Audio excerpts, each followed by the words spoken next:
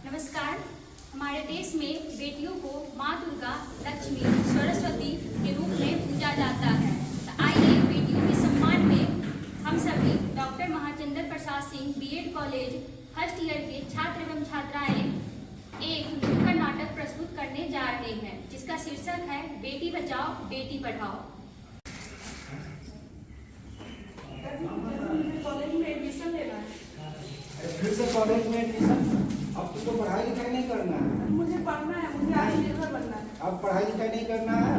हम एक साथ शादी और तुम्हारा पढ़ाई का खर्चा नहीं उठा सकते हैं। तुमको अब शादी ब्याह करके ससुराल जाना है।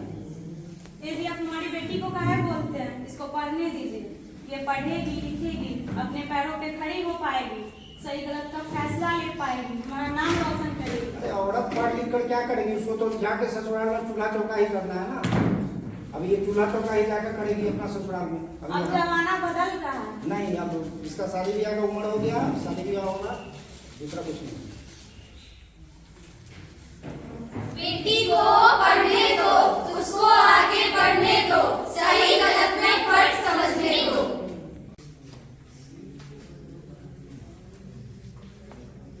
अरे सीमा, तुम इतनी उदास क्यों हो? अरे बताओ तो, उदास क्यों हो? क्या बताओ, मेरे माता पिता ने मेरी शादी इतनी कम उम्र में कर दी थी और ससुराल में भी मेरे से इतना ज्यादा काम करवाते, और तो और मेरी पढ़ाई भी छूट गई। अब तो मेरे पति का भी मेरे लिए व्यवहार अच्छा नहीं रहा। अब तो मुझे बिल्कुल ही समझ में नहीं आ रहा है कि मैं क्या करूं। अरे इसीलिए तो मैं पढ़ना लिखना चाहती हूँ, इसीलिए तो मैं चाहती हूँ कि पढ़ लिख के अच्छे बनूं, ताकि खुद अपना फैसला ले सकूं। शिक्षा से जो रोशन होगा हर संकट में आगे होगा। प्रणाम सरपंच साहब। प्रणाम प्रणाम। क्या हाल है बेटिया? क्या बात है? बैठी ठीक है। क्या बात है रामलाल जी, बहुत परेशान दिख रहे हैं। हाँ, वो बेटी जो है कॉलेज में एडमिशन के लिए परेशान कर रही है। ये तो अच्छी बात है रामलाल जी, पढ़ाइए बेटी को।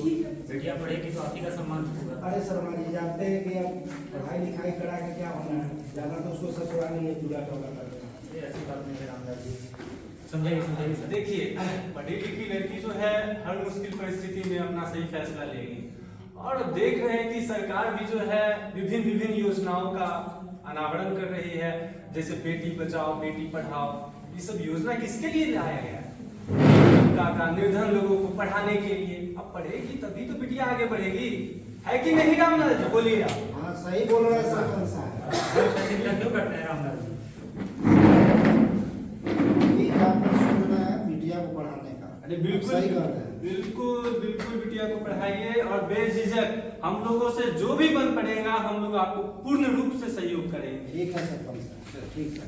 जो करेगा वही बढ़ेगा, मुश्किलों से नहीं डरेगा। अरे सुमन, सुनती हो? कहाँ हो? अब हमारी बेटिया पढ़ सकती है। सरपंच साहब और शर्मा जी ने मेरी आंखें खोल दी है। अब हम लोग अपनी बिटिया को अच्छे ढंग से पढ़ाएंगे। अरे खुश हो जाओ, अभी भी तुम मुंह बनाई हुई हो।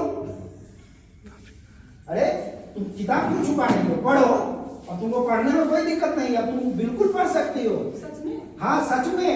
अब तुमको कोई तरह का कोई समाज में कोई परेशानी नहीं होने वाला है, ना घर की तरफ से ना समाज की तरफ से। अरे वाह, अब मेरी बेटी पढ़ेगी, मुश्किल परिस्थिति में अपने फैसले खुद ले सकेगी। बेटी लड़ेगी, सही रास्ता चुनेगी, हर मुश्किल को दूर करेगी।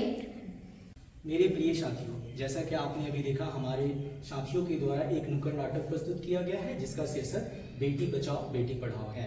निष्कर्षतः मैं यह कहना चाहता हूँ कि भारत को आर्थिक और सामाजिक उत्थान अगर करना है तो बेटियों को पढ़ाना बहुत ही जरूरी है। बेटियां पढ़ेगी तभी तो देश के सामाजिक और आर्थिक उत्थान में अपना योगदान दे सकेगी और भारत विकसित देश बन पाएगा। धन्यवाद।